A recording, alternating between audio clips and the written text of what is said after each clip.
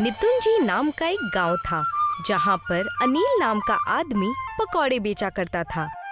अनिल अपनी बीवी निशा के साथ रहा करता था।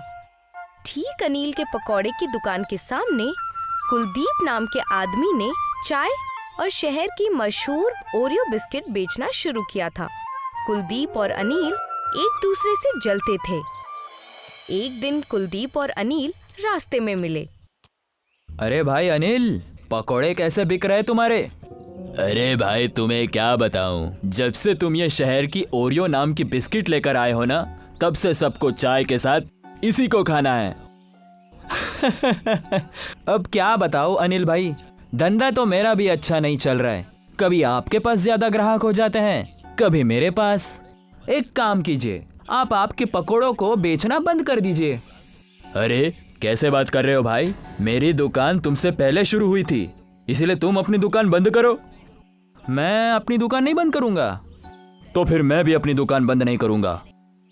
दोनों एक दूसरे से झगड़ा करके अपनी अपनी दुकान पर चले जाते हैं। और दूसरी ओर जमींदारनी नीतू अपने चेले टीटू को कहती है, टीटू, मुझे एक नया कारोबार खोलना है, बताओ हम क्या कर सकते हैं? मालकिन, आजकल मैंने देखा है कि कस्बे में शहरी पकवान ज्यादा बिक रहे हैं। जैसे कि मैंने सुना है कि मैगी नाम का कोई पकवान बहुत ज्यादा बिक रहा है कस्बे में, लजीज भी होता है। अगर ऐसा है तो कल से हम वो मैगी ही बेचेंगे, वो भी लजीज बनाने वाली केमिकल को डालकर। जा टीटू, मैगी का सामान लेकर आ और अपने गुल्लू से, जो दूसरे गांव में दवाई बेचा करता है, से खाने को लजीज बनाने वाली दवा लेकर आ। वाह मालकिन, धंधा खुला नहीं और लोगों को लूटने का रास्ता भी सोच लिया। आप तो सच में बड़ी लालची निकली। चल फुट, जो लाने का है वो लेकर आ, ज्यादा मुंह मत चला। टीटू सामान लेने चला जाता है और शाम तक सारा सामान लेकर आ जाता है। अगली सुबह जमींदारनी गांव में मैगी बेचने लगती है। ले लो मैगी ले लो, ना ओरियो ना पकोड़े, मैगी खा के हम दौड़े, मैगी खाओ ताकतवर हो जाओ। तभी वहां से एक औरत गुजरती है और वो मैगी की बात सुनकर रुक जाती है। अरे वाह, मैंने तो सुना है मैगी तो सिर्फ शहर में बिकती है, मगर अब इस गांव में भी बिकेगी मैगी। गांव में मुझे छोड़कर कोई भी मैगी नहीं बनाता। अगर ऐसा है तो लाओ एक प्लेट मैगी खिलाओ। हाँ, अभी खिलाती हूँ। ए टीटू, एक प्लेट मैगी लगा दे। टीटू उस औरत को एक प्लेट मैगी देता है और वो औरत उस मैगी को खाकर बहुत खुश होती है। ये तो बड़ी ही लजीज है, इससे पहले मैंने ऐसा कोई लजीज खाना नहीं खाया है। आज से हर दिन एक प्लेट मैगी जरूर खाऊंगी। मैगी बहुत लजीज थी क्योंकि जमींदारनी उसके अंदर लजीज खाना बनाने वाली दवा डालती थी, मगर इस बात से गांव के लोग अनजान थे। धीरे धीरे गांव के सभी लोग जमींदारनी के मैगी के ठेले पर ही अपना नाश्ता और कई बार खाना भी खाया करते थे। अनिल और कुलदीप के ग्राहक ना के बराबर हो चुके थे, इसलिए एक दिन कुलदीप अनिल के पास जाता है और उससे कहता है, अरे अनिल भाई, आजकल धंधा कितना हो रहा है? अब क्या बताए, धंधा तो ना के बराबर चल रहा है। सब इस जमींदार की मैगी की वजह से हुआ है। अनिल भाई, मुझे लगता है कि हमें एक बार वहां जाकर वो मैगी खानी चाहिए। हाँ, चलो जाकर खाते हैं। अनिल और कुलदीप दोनों ही जमींदारनी के मैगी के दुकान पर जाते हैं। जैसे ही वो पहुंचते हैं, टीटू को मैगी बनाते हुए देखते हैं। टीटू लजीज बनाने वाली दवाई को मैगी में डाल रहा था। टीटू, ये तुम मैगी में क्या डाल रहे हो? ये किस तरह का केमिकल है? अरे भाई, कुछ नहीं है, ये मैगी को लजीज बनाती है। नहीं, मैंने देखा तुम लजीज बनाने वाले दवाई को मैगी में डाल रहे थे। क्या तुम्हें इतना भी नहीं पता कि लोग इसे खाकर बीमार पड़ सकते हैं? तभी वहाँ पर जमींदारनी आ जाती है और वो उनसे कहती है, हाँ तो डाल रहे हैं हम वो दवाई, इससे तुम्हें क्या? लेकिन ये गलत है। हाँ तो क्या? मैं इस गांव की सबसे अमीर औरत हूँ, मेरा कोई कुछ नहीं बिगाड़ सकता। जाओ, जो करना है करो। सबको यही लगेगा कि तुम दोनों का धंधा ठप हो गया है, इसीलिए मुझ पर इल्जाम लगा रहे हो। अब जाओ यहाँ से, हमें बहुत काम है। अनिल और कुलदीप वहाँ से चले जाते हैं। वो देखते हैं कि अनिल की दुकान के पास एक साधु खड़ा है।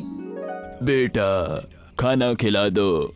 बेटा, बड़ी दूर से यात्रा करके आया हूँ, कुछ खिला दो। दूध, पकोड़े, कुछ भी चलेगा। हाँ साधु जी, अभी मैं आपको खाने के लिए पकोड़े देता हूँ। मैं भी आपके लिए दूध और ओरियो लेकर आता हूँ। कुलदीप दूध और ओरियो लेकर आता है और अनिल पकौड़े। साधु अनिल के पकौड़े और कुलदीप के ओरियो बिस्किट को खाकर दूध पी लेता है। बेटा, तुम दोनों का बहुत बहुत शुक्रिया, लेकिन मैंने देखा तुम दोनों मेरे पास आए तभी नाराज थे। क्या बात है बताओ मुझे, मैं तुम्हारी मदद करूंगा। अनिल और कुलदीप नीतू जमींदारनी की सारी बातें साधु को बताते हैं, जिसे सुनकर साधु उनसे कहता है, कोई बात नहीं बेटा, मैं तुम्हें एक ऐसी चीज दूंगा जिससे तुम दोनों जमींदारनी से भी कहीं ज्यादा जायकेदार पकवान बना सकोगे, लेकिन तुम दोनों को एक साथ काम करना होगा। साधु अपने हाथों को आगे करता है और एक मंत्र पढ़ता है। मंत्र पढ़ते ही उनके हाथों में एक जादुई कढ़ाई आ जाती है। वो कढ़ाई वो अनिल को देते हुए उससे कहते हैं, ये कढ़ाई लो, इस कढ़ाई में पानी भी तेल का काम करेगा। इस तेल में तुम दोनों अपने अपने पकवान साथ में मिलाना और साथ में काम करना। बस बढ़ते रहो और अच्छी नीयत रखो। जी साधु जी। साधु अपने रास्ते निकल जाते हैं। कुलदीप अनिल को ओरियो देता है और उस कढ़ाई में डालकर तलने लगता है। अनिल उस ओरियो पकौड़े को बाहर निकालता है और दोनों ही उसे खाते हैं। वो ओरियो पकौड़ा बहुत ही लजीज होता है। ये तो सच में लजीज है, इसे तो हमें अभी से बेचना शुरू कर देना चाहिए। अनिल और कुलदीप दोनों ओरियो पकौड़ा बेचना शुरू करते हैं। पकौड़े पकौड़े, ओरियो पकौड़े, इसे खाकर कोई भी पेट पकड़ के ना दौड़े, क्योंकि ये है लजीज और सेहत के लिए अच्छे भी। तो भाई खाओ हमारे पकौड़े। तभी वहाँ से एक आदमी अपना पेट पकड़कर जा रहा था। वो ओरियो पकौड़े सुनकर रुक जाता है और कहता है, अरे ये क्या है भाई, ओरियो पकौड़े पहले कभी तो नहीं सुने। अरे सुने नहीं है तो खा कर देख लो। और हाँ भाई, तुम ये पेट पकड़कर क्यों बैठे हो? अबे क्या बताओ भाई, पेट में बहुत दर्द हो रहा है। कस्बे में बहुत लोगों को ये दिक्कत हो रही है और मुझे समझ में नहीं आ रहा है कि मैं ये ओरियो पकोड़े खाऊं या नहीं खाऊं। खा के देख लो, क्या पता तुम्हारे पेट का दर्द भी ठीक हो जाए। पकवान है कि दवाई? लाओ खा कर देखता हूँ, एक दो खिला दो। कुलदीप उस आदमी को एक प्लेट ओरियो पकौड़े खाने के लिए देता है। वो आदमी जैसे ही ओरियो पकौड़े खाता है, उसके पेट का दर्द खत्म हो जाता है। अरे वाह, ये तो सच में जादुई ओरियो पकोड़ा है। इसे खाते ही मेरे पेट का दर्द चला गया। लाओ भाई, एक प्लेट और खिला दो। कुलदीप उसको एक प्लेट और देता है। दूसरी ओर गांव में लोग बीमार होने लगते हैं, जिस वजह से सारे लोग अनिल और कुलदीप के ओरियो पकौड़े खाने लगते हैं।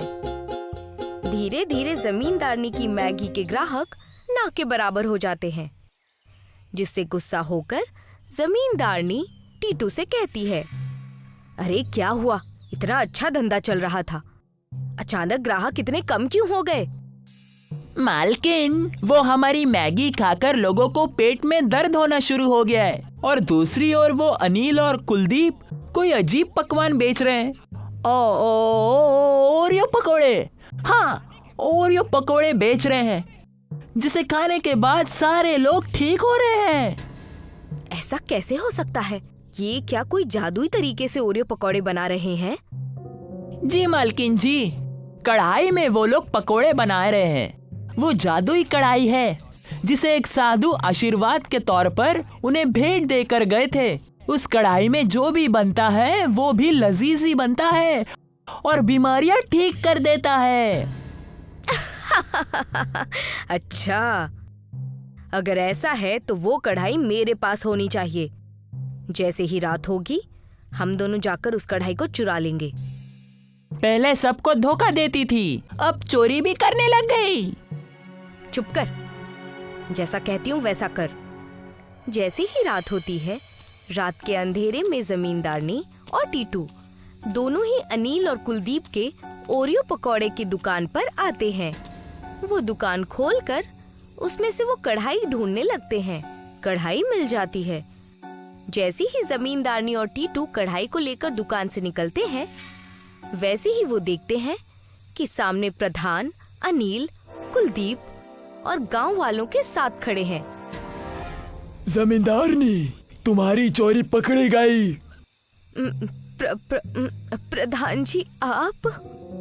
हाँ, मैं। जब कस्बे में लोग ज्यादा बीमार पड़ने लग गए थे, तब मैं तुम्हारी मैगी की जांच करने आया था। तभी मैंने तुम्हें तुम्हारे कामगार टीटू से बात करते हुए सुना। प्रधान जी, हमने खुद देखा है।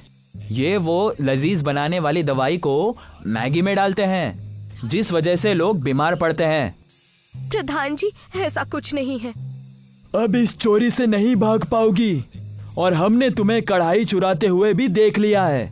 लालच में इतनी अंधी हो गई कि कस्बे वालों की सेहत के साथ भी खिलवाड़ कर बैठी। क्या करोगी इतने पैसों का? क्या मरने के बाद 1 रुपए का सिक्का भी साथ लेकर जाओगी? तो किस बात का इतना लालच? तुम्हें और तुम्हारे कामगार दोनों को इस कस्बे से निकाला जाता है। चले जाओ और कभी अपनी शक्ल मत दिखाना। प्रधान और गांव वाले नीतू जमींदारनी और उसके कामगार टीटू को गांव से बेदखल कर देते हैं और अनिल और कुलदीप के ओरियो पकौड़े पूरे गांव में मशहूर हो जाते हैं। शुभम और रवि दोनों भाई थे। उनके वालिदैन के इंतकाल के बाद दोनों ने घर का बंटवारा कर लिया। आधे हिस्से में बड़ा भाई रवि अपनी बीवी के साथ रहता था और आधे हिस्से में शुभम अपनी बीवी साधना के साथ रहता था। जैसे घर का बंटवारा हुआ था, वैसे ही दुकान का भी बंटवारा हुआ था। दुकान के बीच में एक दीवार खड़ी कर दी गई थी। आधी दुकान में रवि स्त्री का काम किया करता था और आधी दुकान में शुभम और साधना ढाबा चलाया करते थे। आ गई बहू, मैं तुम्हारा ही इंतजार कर रहा था। आपकी चाय मैं अभी चढ़ाती हूँ जेठ जी। हाँ। रवि और शुभम दोनों भाइयों में कोई रंजिश न थी। दोनों एक साथ हंसी खुशी रहते थे। भाईजान कल सुबह घर पे मुर्गा पकाने वाले हैं, आ जाना आप। हाँ हाँ, तेरी भाभी से छुप कर आ जाऊंगा। अरे जेठ जी, मैं आपके लिए और भाभी के लिए भी मुर्गा पका दूंगी। ना ना ना ना, ऐसा ना करना। मैं अपनी बीवी को बखूबी जानता हूँ। वो ना मुझे तुम्हारे हाथ का कुछ खाने देगी और ना खुद खाएगी। जैसा चल रहा है वैसा ही सही है। कम से कम मैं छुप छुपा कर तुम्हारे हाथ का जायकेदार खाना तो खा सकता हूँ। ठीक है जेठ जी। साधना ने रवि को चाय पेश की और फिर ढाबे का काम शुरू किया। खरीदार आने लगे। बाजी, 2 चाय और 1 ऑमलेट पाव। ठीक है भाईजान। साधना किचन संभालती और शुभम खरीदारों को। दोनों मिलजुल कर काम करते थे। सुबह से शाम तक उनका ढाबा चलता रहता और फिर शाम के समय साधना सबके लिए नाश्ता बनाती। जी जी आइए, मैंने आपके लिए स्पेशल अंडा भुर्जी बनाई है। अभी आया। साधना, रवि और शुभम एक साथ बैठकर नाश्ता किया करते थे। खुश रहो बहू, तुम्हारे जैसी बहू हर खानदान को मिलनी चाहिए। तुम जैसे शुभम की मदद करती हो, मैं भी सोचता हूँ कि काश गायत्री भी मेरी ऐसे ही मदद करती। कोई बात नहीं भाईजान, कहते हैं ना, माले में सारे मोती एक तरह के नहीं होते, वैसे ही सभी लोग अलग अलग होते हैं। अलग होना भी ठीक है। गायत्री को तो बस लड़ना झगड़ना आता है, शादी के बाद तुमसे लड़कर बंटवारा करा दिया और अब तुम अलग हो गए हो तो मुझसे लड़ती है। मेरी तकलीफ मैं ही जानता हूँ, मेरी छोड़ो। तुम दोनों के लिए मैं बेहद खुश हूँ। ऊपर वाला तुम दोनों को कामयाबी अता फरमाए। शुक्रिया जेठ जी। भाईजान, कल दोपहर में घर आना मत भूलना। वो तो मैं कभी नहीं भूलूंगा। साधना के हाथ का पकाया जायकेदार मुर्गा कैसे छोड़ सकता हूँ। अगली दोपहर अपनी बीवी से छुपते छुपाते रवि शुभम के घर आया। अरे बहू, बहू, जल्दी खाना लगाओ। गायत्री को झूठ बोलकर निकला हूँ कि दोस्त के घर खाना खाने जा रहा हूँ। अभी पेश करती हूँ जेठ जी। साधना ने तीनों के लिए खाना पेश किया और फिर तीनों ने मिलकर हंसी मजाक करते हुए नोश फरमाया। ऐसे ही तीनों एक साथ खुश रहा करते थे। एक रोज शुभम शहर से सामान लाने जा रहा था। भाईजान, मैं शहर से सामान खरीदने जा रहा हूँ। आप जरा साधना का ख्याल रखना। ये भी कोई कहने की बात है। रुको, 10 मिनट में काम खत्म करके वहीं चला जाता हूँ। इसकी कोई जरूरत नहीं है, साधना तन्हा संभाल लेगी भाईजान। हाँ हाँ, मुझे इल्म है, लेकिन मैं भी उसकी मदद करना चाहता हूँ। तू जा, हम देख लेंगे। ठीक है भाईजान। शुभम चला गया और फिर रवि अपनी दुकान छोड़कर ढाबे में काम करने चला गया। रवि कस्टमर्स की प्लेट उठाने लगा। अरे जेठ जी, रहने दीजिए, मैं करती हूँ। तुम जो कर रही हो वही करो, मैं हूं ना। थोड़ा काम मैं भी कर लूंगा और इसी बहाने तुमसे गुफ्तगू भी हो जाएगी। वो भी है। ढाबे पे कस्टमर्स आते गए और साधना ने रोज की तरह किचन संभाला और रवि ग्राहकों को देखने लगा।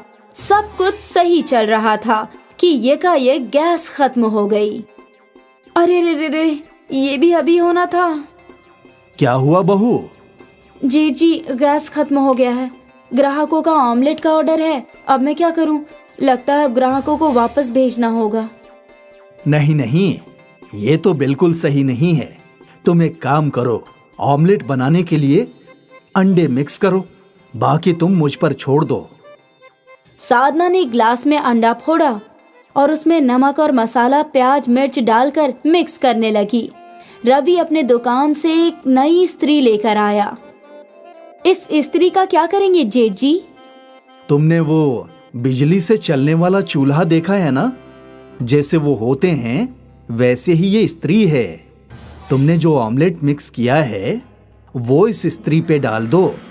क्या ऑमलेट बनेगा? कोशिश करके देखते हैं। रवि ने इस्त्री की वायर बोर्ड में लगाई और जब इस्त्री गर्म हुई तो साधना ने उल्टी इस्त्री पर अंडे का ऑमलेट घोलकर डाल दिया और वो अंडा पकने लगा। देखा? करीब 2 मिनट में ऑमलेट पक गया। साधना ने ऑमलेट को प्लेट में परोसा और ग्राहक के पास ले गई। अरे, ये कैसा ऑमलेट है? मुसल्लस शक्ल का। ये नया है भाईजान, आप खाकर तो देखिए। उस ग्राहक ने वो ऑमलेट खाया और उसे वो बहुत लजीज लगा। जायका तो बहुत खूब है और शक्ल भी एकदम नया। उसे देखकर दूसरे ग्राहक ने भी उस त्रिकोण ऑमलेट का ऑर्डर दिया। मुझे भी वैसा ही त्रिकोण ऑमलेट चाहिए। मुझे भी। साधना इस्त्री पर त्रिकोण ऑमलेट बनाती गई और ग्राहक चाव से उसे खाते गए। कुछ घंटों बाद शुभम सामान लेकर लौटा तो ढाबे पर लगा मजमा देखकर हैरान रह गया। अरे, ऐसा मजमा क्यों? ये मजमा जेठ जी के इस्त्री वाले ऑमलेट के लिए है। स्त्री वाला ऑमलेट? रवि ने शुभम को इस्त्री वाले ऑमलेट का किस्सा बयां किया। अरे देख, मुसल्लस ऑमलेट खाने के लिए कितना मजमा लग गया है। वाह भाईजान, आपने तो कमाल कर दिया। और फिर तीनों मिलकर ग्राहकों को ऑमलेट देने लगे। त्रिकोण ऑमलेट वाला ढाबा मशहूर हो गया। साधना और शुभम सोशल मीडिया पर वायरल हो गए। एक रोज रवि अपने घर पर नोश फरमा रहा था। तुमने साधना और शुभम की तरक्की के मुतालिक सुना क्या? सिर्फ सुना नहीं, देखा है। उसके ढाबे पे इतना मजमा लगा रहता है ना कि कभी कभी ख्याल आता है कि काश हमारा बंटवारा नहीं हुआ होता, हम दोनों एक साथ कमाते, मेरे पास भी बहुत पैसे होते शुभम की तरह। क्या हम एक मर्तबा शुभम से इसके मुतालिक बात कर सकते हैं? क्या बात करूं? आप कह दीजिए कि दोनों दुकान वापस जोड़कर बड़ा ढाबा खोलते हैं। लेकिन अगर फिर तुमने झगड़ा किया तो? मैं पागल थोड़ी हूँ जो आती हुई लक्ष्मी को रोकूंगी। ठीक है। रवि तो दिल ही दिल में बेहद खुश था। वो तो कब्ल से ही यही चाहता था। कुछ रोज बाद दोनों दुकानें जुड़ गई और ढाबा बड़ा हो गया। शुभम, रवि और साधना मिलकर ढाबा चलाने लगे। स्त्री वाले ऑमलेट की वजह से न सिर्फ उनकी आमदनी में इजाफा हुआ, बल्कि उनका बिखरा हुआ खानदान भी फिर से एक हो गया।